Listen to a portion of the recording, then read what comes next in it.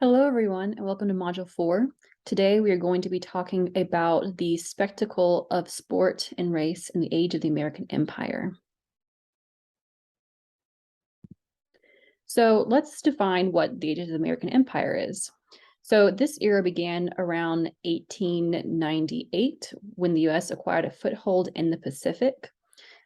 And so this is called the age of expansionism, globalization, and industry. And what usually happens when countries expand beyond their borders, you start to see a lot of internal definitions of what makes that country that country. And so for the United States, you see what makes an American an American. And as you can see in this picture here, you see the image of Uncle Sam really trying to teach its newly acquired territories in the form of the children in the front row, which you see like the Philippines, Hawaii, Puerto Rico, and Cuba's cut off a little bit. But you see Uncle Sam trying to teach these territories what it means to be an American. This image here is from Puck magazine and was published in 1899. But what's really interesting, though, when you look at the larger picture of this image, a lot of really key themes began to emerge that we're going to cover in this lecture today.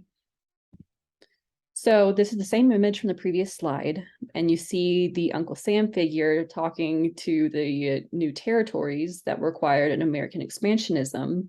But what's really interesting to note, in the back of the classroom, in the seats usually assigned to the older students who were more educated, who had been in school longer, you see the newer states here. Like I see Texas, California, Alaska, just to name a few. And a lot of them are very clean and very whitewashed, honestly. And in the back of the class, you see the Native American student who was originally in part of the class, but was outcast to the seat that's assigned for students who are acting up, not paying attention, not behaving well. So it said a lot about the way Native Americans were treated during this era. You have the Asian student who can't even enter the classroom. He's just looking on. And what's really interesting too, and behind the teacher, you see the Black American who is not even, excuse me, invited to the class. He is the worker in this situation. He's cleaning the windows. And so this picture really shows some of these key themes that are going on in the era of American expansionism.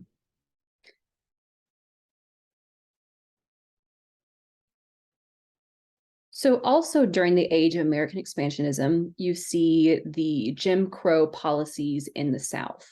And this, I'm sure all of you are mostly familiar with it. You see the traditional segregated water fountains with white and colored fountains. You see segregated waiting rooms, segregated housing opportunities. I mean, you name it, there was laws segregating it practically. But this all began with Plessy versus Ferguson, which was a Supreme Court case passed in 1896. And that kickstarted the separate but equal ideology. But these laws that were enacted because of this Supreme Court decision were meant to segregate, discriminate, and intimidate. And while I'm sure many of you are familiar with these policies, I want to look for most of this lecture into what fed into these policies and how this informed and really formulated Black sports during this period. So one of the major influences that emerged from this era is what is today known as a pseudoscience or a false science, but was then known as the science of eugenics. So this was started in 1883 by Francis Galton, and he defined the science as the study of agencies under social control that may improve or impair the racial qualities of future generations, either physically or mentally. This science of racial improvement and racial purification focused on the elimination of defects. And defects is kind of an encompassing word that includes people who were disabled and people who were not white, because white people at this time were viewed as the superior race. And this is the notion that led to scientific racism, or the belief in the superiority of white race based on biological factors. So eugenics is crucial to understand when looking at this period, but it is not the first time this happened. It was just the biological justification of scientific racism. Since the 1800s, statistical health data was weaponized against African Americans, who were viewed as predisposed to disease and feeble-mindedness. And so this is so important, because when Jack Johnson defeated Jeffries in 1910, race riots ensued after the victory, because the nation believed in eugenics and believed that Black people were physically incapable of beating white people. So they weren't just outraged that it happened. Their very foundational belief that this should not have happened was threatened by this victory. And so now let's take a look at how eugenics impacted the US broadly, especially the Black community. So in the wake of eugenics, there are two different extremes of eugenics. There's hard eugenics, which is what you see in the Nazi regime with systemic killing. You see forced sterilization, which also happened in the US for minorities. But also for soft eugenics, you see just basic improved health and hygiene and the attempt to improve longevity. And in this wake, movements such as the YMCA movement was initiated with the effort of combating unhealthy social conditions in big cities and just improving the quality of life for Americans across the nation.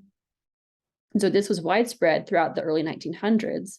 And in 1910, 25 African-American YMCAs were built in 23 different cities. This encouraged sports among all people, but it really gave Black communities a chance to participate in sports within a safe environment. So now I want to take a look at how sports interacted with these policies of segregation and how the Black community overcame segregation and participated in sports. So let's begin with Black jockeys. If you are familiar, or if you've done your readings, the readings mentioned the history of Black jockeys, but I just want to point out some specific things within this category. So 13 of the 15 jockeys in the first Kentucky Derby were Black. And again, from your readings, Black jockeys just completely annihilated their competition. And this created a lot of racial hostilities. And so in the early 1900s, white jockeys began boxing Black jockeys out, running them into the rail and hitting them with riding crops. So becoming very, very, very violent. And this led to the segregation of the sport. And Jimmy Winkfield, who is pictured right, won the Kentucky Derby in 1901 and 1902, and he was the last Black jockey to win, even to this day. Basketball was another really key sport in this era. It was racially segregated from the 1890s till the partial integration of the NBL in the 1940s. But in 1904, Edward Bancroft Henderson, who's pictured right, introduced the sport to the Black community. And in 1907, the Smart Set Athletic Club of Brooklyn, who's pictured in the bottom, became the first organized independent Black basketball team in the United States. However, as we discussed with segregation laws, Black teams were banned from white-owned gyms and had to find other places like church basements, dance halls to actually play basketball. But though segregated, this again created a very safe environment for Black people to practice the sport, and they faced less risk of the race riots that you see from the Jack Johnson fight, who was very much in the public eye. Additionally, during this era, which is labeled the Black Fives era of basketball because of the 5 starting players. Again, segregated venues allowed both men and women to participate safely in the sport. The popularity of teams such as the Washington Bells, who are pictured on the bottom, and the New York Girls on the top, encourage Black schools to integrate sports into their curriculum. And so this was just another opportunity for Black communities to really interact with sports and find ways to have agency, even in a very racialized environment. By the 1920s, the Chicago-based African American Basketball League had both men and women's teams. And finally, I want to look at football because there are a lot of really key dates here that really hone in on this theme of eugenics and how it influenced segregation. And so to begin, Charles Follis, who's pictured left, was the first known Black man to play football. He started with the Shelby Athletic Club in 1902, and after his retirement in 1906 was replaced by Charles Doc Baker. The American Professional Football Association, which was formulated in 1919, assigned Black players throughout its duration. But when the National Football League replaced it, it originally allowed Black players to join leagues as well, but in 1933, the leagues were segregated. And so this is a really key year because when looking at the global scale, as we mentioned earlier, the Nazi Party was a very blatant manifestation of hard eugenic practices. And 1933 was when they were on the rise and eugenics was being practiced across the Western world.